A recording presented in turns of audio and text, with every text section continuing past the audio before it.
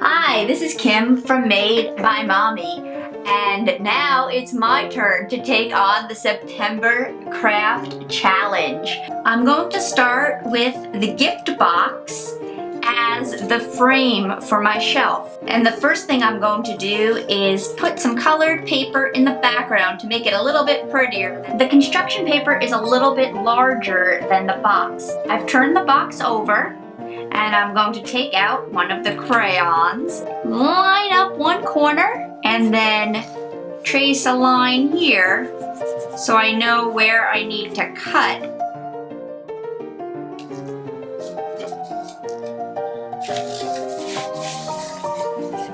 Now, the sides and edges could use a little bit more strength, so I'm going to use duct tape to cover the color and to also strengthen those sides.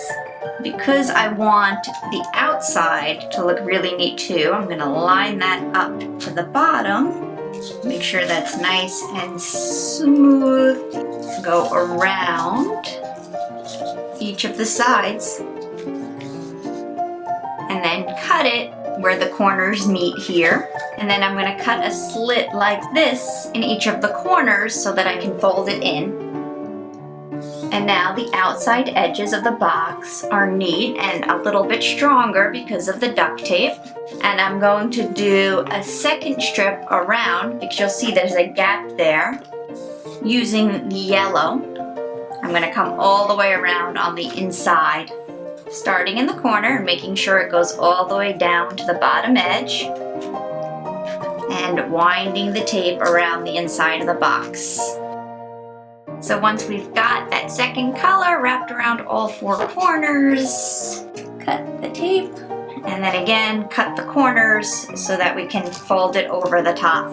And of course you could have used just one color for the inside and out, but I had two colors, so I thought it would be fun and make a fun stripe on the sides. To give the shelf some strength, I'm going to take the cardboard back of my construction paper pad and use that as the inside of each of my shelves. Now this again is a little bit longer, so I'm going to take my crayon again to mark the size that I need the shelves to be. That should fit in just right.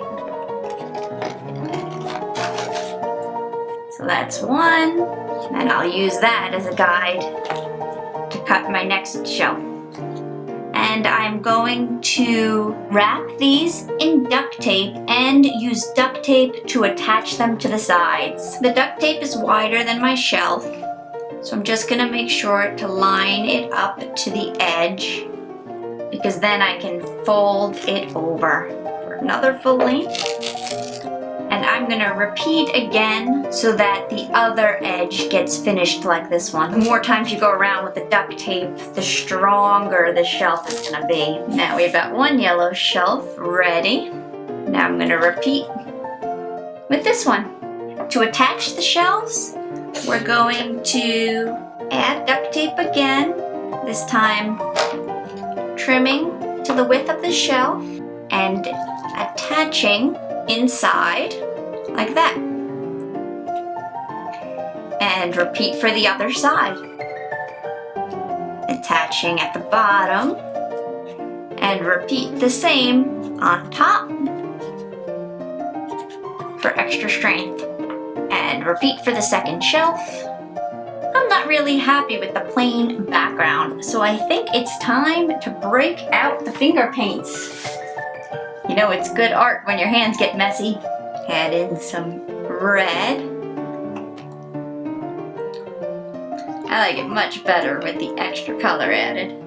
The finger paint makes a cool texture, but I think it could really use a more defined pattern. So I've taken a piece of yellow construction paper. I'm folding it in half to cut a heart. Pretty cool. Now since those shelves weren't attached in the middle, you should be able to slide this in. Now that is a much better background. If you want, you can add a couple of the other paper scraps around decoration to help protect the artwork that I've created on the back of the shelf and to keep these shelves a little bit more stable, I'm going to add the clear shelf liner that was included in the craft kit.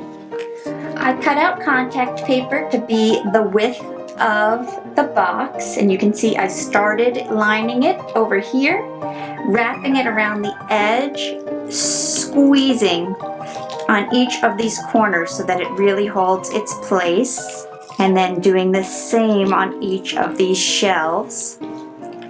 And this will help keep the shelves from wiggling, and it will also protect the artwork that's at the back of the shelf. And then winding around the back. And here's my completed set of shelves to display our little toys. Check out what my friends made with the same materials, and please subscribe so that you don't miss next month's craft challenge. Thanks for watching. Bye-bye.